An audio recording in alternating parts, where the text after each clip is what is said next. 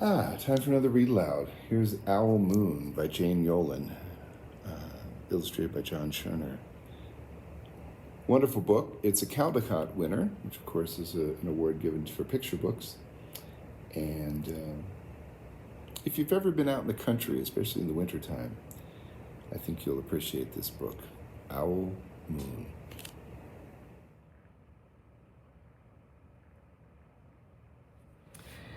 It was late one winter night, long past bedtime, when Pa and I went owling.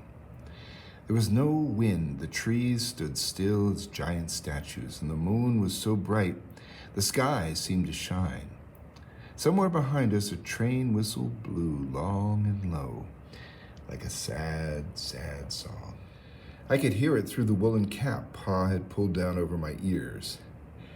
A farm dog answered the train, and then a second dog joined in. They sang out, trains and dogs, for a long time. And when their voices faded away, it was as quiet as a dream. We walked on towards the woods, Pa and I.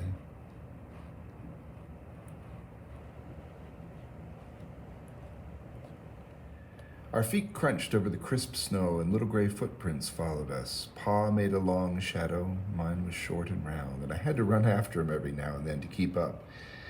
But my short, round shadow bumped after me. But I never called out.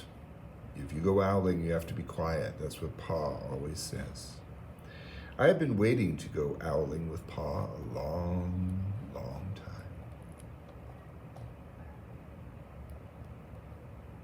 We reached the line of pine trees, black and pointy against the sky, and Pa held up his hand, and I stopped right where I was and waited. He looked up as if searching the stars, as if reading a map up there. The moon made his face into a silver mask, and then he called, "Hoo, hoo, hoo, hoo, hoo," the sound of the great horned owl. "Hoo, hoo, hoo, hoo." Again he called, and then again, and after each call he was silent. For a moment we both listened, but there was no answer. Pa shrugged, I shrugged. I was not disappointed. My brothers all said sometimes there's an owl, and sometimes there isn't. We walked on.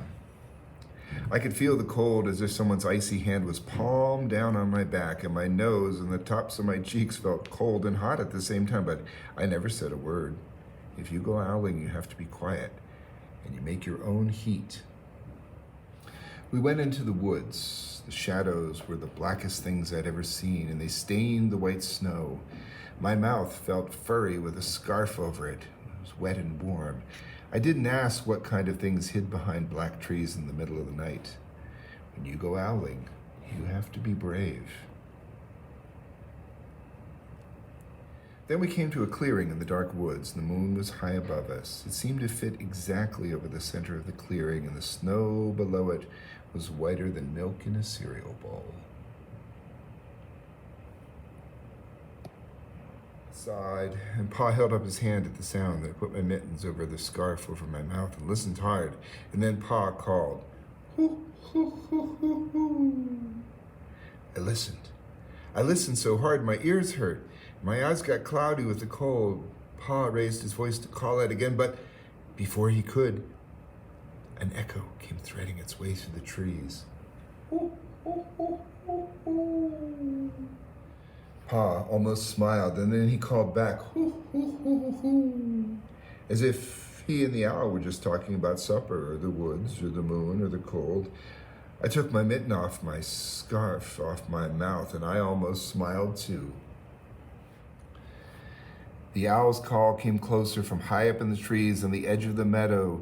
Nothing in the meadow moved, and then all of a sudden an owl's shadow, part of the big tree shadow, lifted off and flew right over us. We watched silently with heat in our mouths and heat in those words we had not spoken, and the shadow hooted again.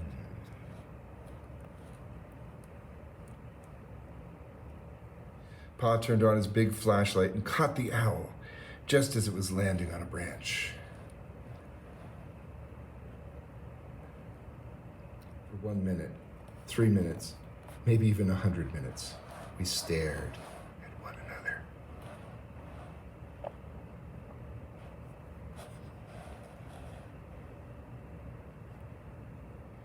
Then the owl pumped its great wings and lifted off the branch like a shadow without sound. It flew back into the forest.